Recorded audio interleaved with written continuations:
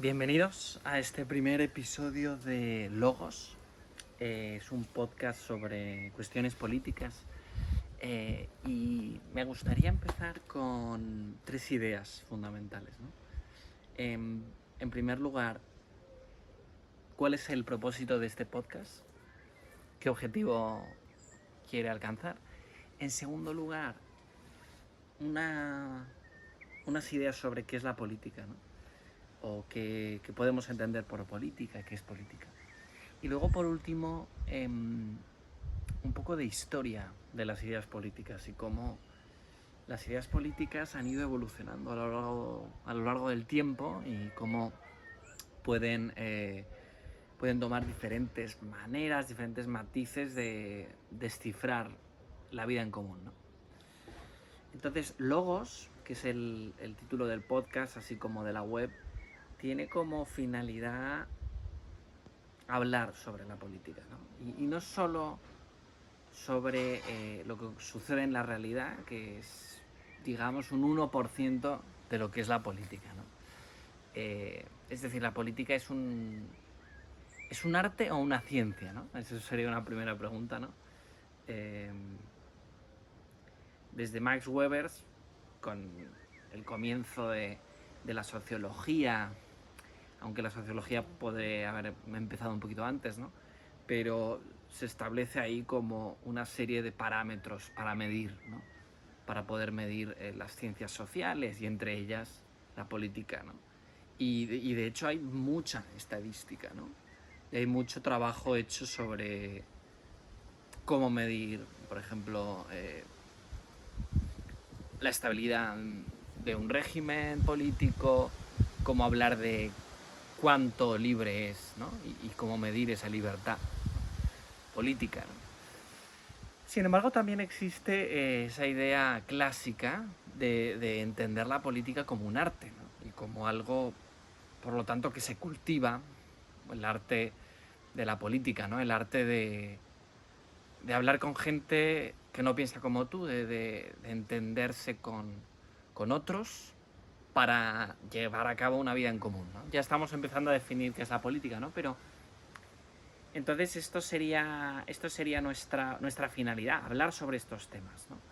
Que no son temas, vuelvo a repetir, de política electoral, de quién va a ganar las próximas elecciones o qué ocurre con el gobierno de turno, ¿no? Porque como sabemos la política electoral, si la queremos llamar de esta manera, es un lodazal, ¿no? Es algo lleno de barro y de virtudes también. Hay mucha gente excelente en la política, aunque claramente las noticias y las redes sociales subrayan lo que sale mal, ¿no? Porque es lo que venden.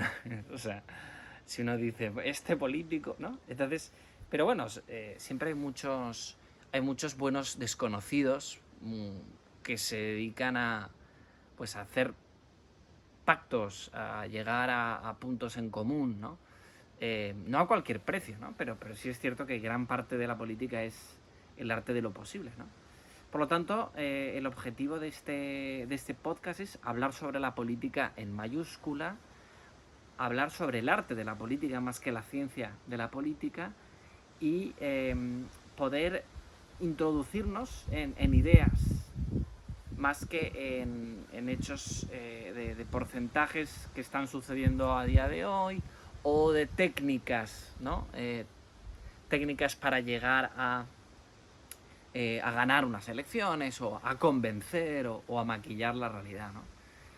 No, más bien vamos a hablar sobre qué ideas impregnan la historia de la política, qué ideas impregnan también nuestro día a día, qué soluciones hemos llegado, porque hemos llegado a soluciones muy, muy creativas y muy esperanzadoras, ¿no? Y por lo tanto, quizá el objetivo de este podcast es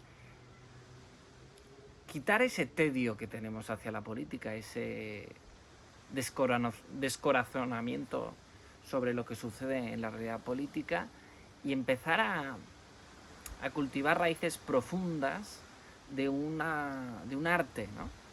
que nos toca a todos construir, ¿no? Es algo que al final uno vive en una sociedad, lo quiera o no, ¿no? Uno puede renunciar, pero igualmente va a tener que pagar pues, pues la luz, ¿no? El coste de la luz a una empresa, ¿no? O pagar impuestos, ¿no? O vivir con gente pues, que piensa diferente a uno, ¿no? Por lo tanto, yo creo que es muy interesante quizá darle la vuelta, ¿no? Y decir, bueno, ¿cómo puedo entender y aportar y eventualmente participar, ¿no? En segundo lugar, voy a hablar ahora brevemente sobre qué es la política, ¿no? Y ya he dado varias definiciones, ¿no? Vivir con gente que no piensa como tú, hay otros que hablan de la paz social, otros entienden la política como poder, ¿no? El poder que unos tienen con respecto a otros.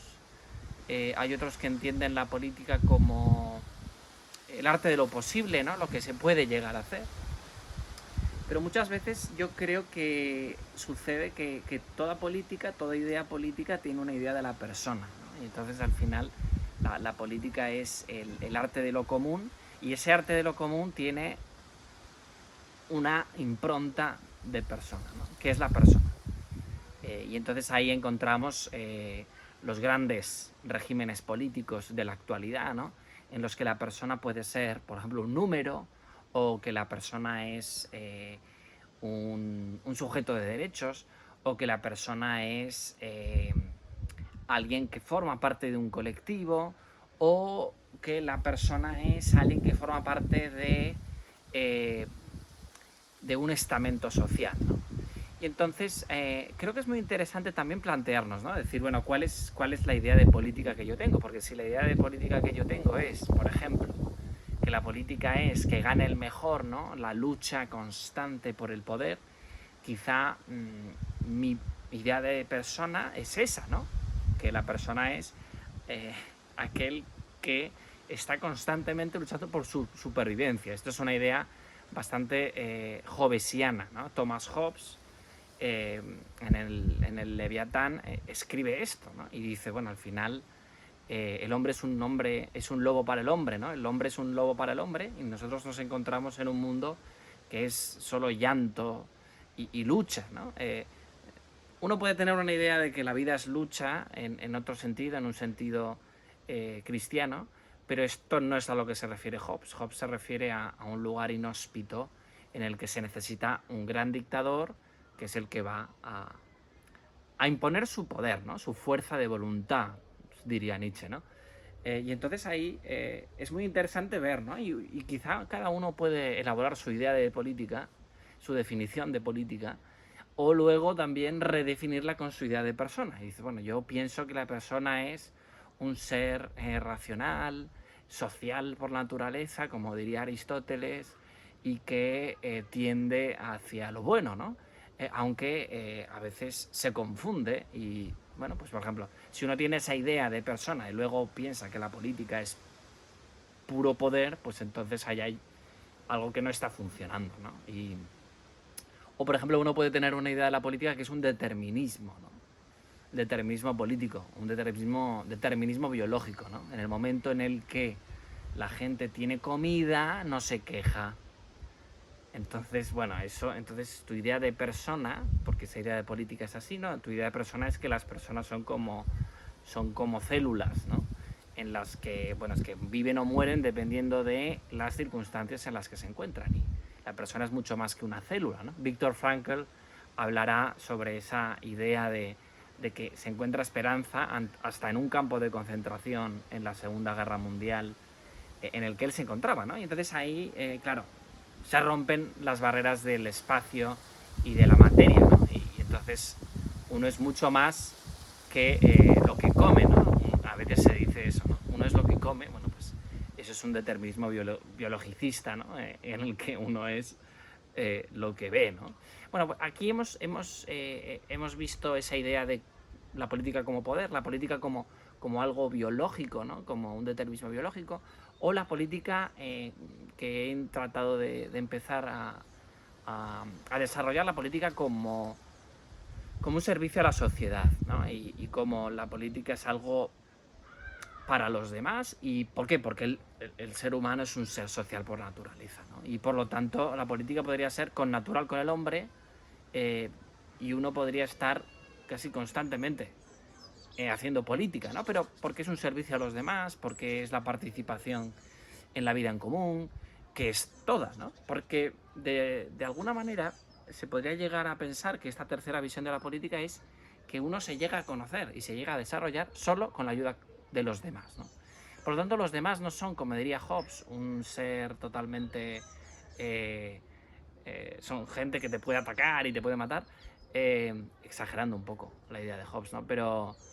O tampoco serían, bueno, pues otros seres que están ahí y que, bueno, bueno, puedes interactuar con ellos, pero al final da igual. Eso sería una idea más lockeana, ¿no? Pues de Locke, de John Locke, pues al final nacemos nosotros en un estado perfecto de naturaleza en el que estamos solos, y eventualmente con nuestra familia nuclear, o sea, con nuestros padres y hermanos, pero ya está, ¿no? O sea, uno puede vivir así. Y bueno, y porque crecemos, pues tenemos que crear sociedades más estructuradas y ahí tenemos que llegar al pacto social, ¿no? Por lo tanto, el pacto social y bueno, y la teoría biologicista pues sería un poquito más ecléctica, estaría un poquito entre estas dos.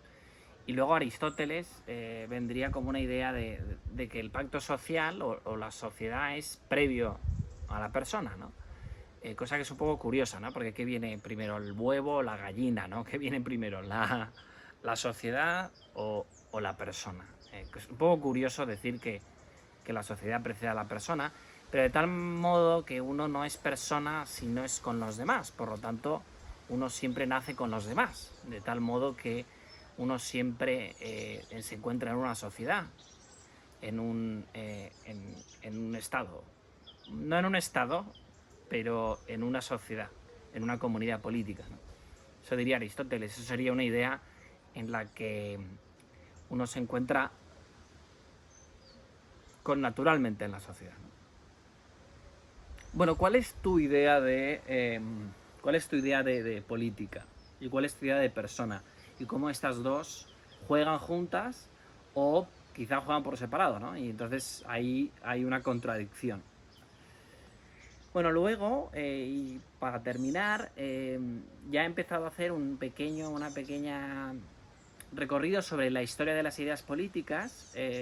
Todo empieza, evidentemente, con Aristóteles y Platón, y entonces ahí está el mundo griego, mundo clásico, que no es un mundo necesariamente democrático, ¿no? Entendemos que la democracia nace en Atenas. Bueno, era una democracia bastante frágil, ¿no? Entendemos que es una democracia, por ejemplo, en el que solo votan los hombres, en el que las personas que votan tienen dinero o patrimonio. Por lo tanto, no es una democracia como la que entendemos hoy. Hay esclavos. No son esclavos por motivo de la raza, ¿no? Hay esclavos de todas las razas, pero hay esclavos, al fin de cuentas, que ellos no votan, como es la idea del esclavo es una posesión, ¿verdad? Entonces, una posesión no vota, no tiene derecho de voto. Por lo tanto, ¿qué es la democracia griega? Bueno, el propio Platón tampoco recomienda directamente la democracia, ¿no? Aristóteles habla sobre los diferentes tipos de regímenes, que es lo que nosotros hemos heredado, ¿no? Es la idea de la aristocracia, la idea de la monarquía y la idea de la democracia, ¿no? Como los tres regímenes. Pero bueno, y luego también cuáles son las desviaciones de estos regímenes, ¿no? Luego ya pasaríamos a la época cristiana, porque la época romana casi no se tiene en cuenta, porque muchas veces se ve la época romana como una versión de la época griega, ¿no? Aunque Cicerón, por ejemplo, es un autor estelar en la época romana y habla, por ejemplo, de virtud civil, habla de el arte de gobernar, cosa que es muy sugerente, ¿no? Porque no lo cifra en una mentalidad cristiana, sino algo más genérico, que evidentemente bebe de Aristóteles, pero es interesante Cicerón. Igualmente, parece que la época romana es poco relevante, Luego la época cristiana, sobre todo empieza con San Agustín, o medieval, cristiana medieval. San Agustín lo que hace es, con la ciudad de Dios, rompe un poquito todo lo que había sido el Imperio Romano y lo rompe, digamos, en su libro. No es que lo rompa, evidentemente, sino que dice, bueno, al final aquí nosotros tenemos que decidir, ¿no? Y es una visión cristiana de la política, en la que él distingue la ciudad de los hombres y la ciudad de Dios, pero no diciendo que tiene que haber un régimen cristiano temporal, es decir, que el Papa tenga que organizar un Estado, sino diciendo más bien que lo que va a coexistir siempre es la ciudad de los hombres y la ciudad de Dios hasta el final de los tiempos, en el que las personas más cercanas a Dios se van a salvar y las más cercanas a los hombres no se van a salvar, ¿no? Pero no es, a veces se puede llegar a pensar que puede ser algo como una teocracia. No, él no está a favor de una teocracia, simplemente describe de manera estupenda todo el declive del Imperio Romano. Él dice que los dioses romanos eran como diablos y por lo tanto, pero bueno, esa es su interpretación, ¿verdad? Y luego es muy interesante esta escisión entre la ciudad de los hombres y la ciudad de Dios, ¿no? Luego tenemos a Santo Tomás y a Avicena. También podríamos colocar a Avicena por aquí, porque también entendemos que en Córdoba y en toda en la península ibérica, durante la ocupación musulmana, pues ahí hay hay unos intelectuales que también están pensando sobre la política, ¿no? En esta clave post-romana, ¿no?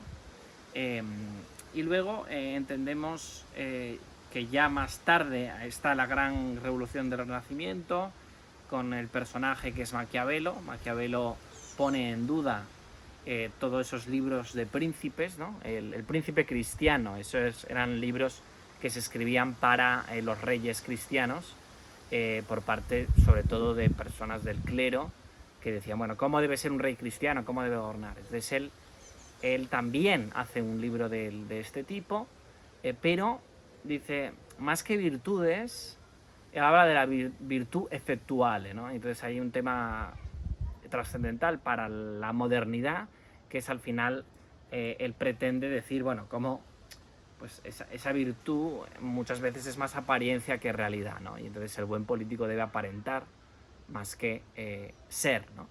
Y entonces ahí es como el arte de la política es el arte de lo aparente, ¿no? Entonces luego a partir de ahí pues está Baudin, Jean Baudin, que él escribe, sería el precursor de Hobbes de alguna manera, y los dos establecen la idea de una soberanía, un soberano que está por encima de las guerras civiles, porque el soberano impone, en el caso de Hobbes dice que el soberano impone su religión y su régimen civil, ¿no? Entonces el régimen eclesiástico y el régimen civil están por debajo del soberano. Luego Locke será diferente, como ya he hablado un poco antes. El estado natural para Locke es una paz social, y que los hombres, las personas, se juntan simplemente por extensión, ¿no? Como es muy complicado el gobierno, pues entonces nos juntamos, ¿no? Y creamos una sociedad. Pero él está más en el lado de la tolerancia religiosa, por ejemplo. Él no ve que se tenga que imponer una religión, como diría Hobbes. Y luego ya por último, de estos modernos, está Rousseau, ¿no? Rousseau pone en duda Locke, y a fin de cuentas le dice a Locke, bueno, este estado natural del que tú hablas no es tal, porque los hombres, hay leyes por todas partes, y dices igualmente que somos libres, ¿no?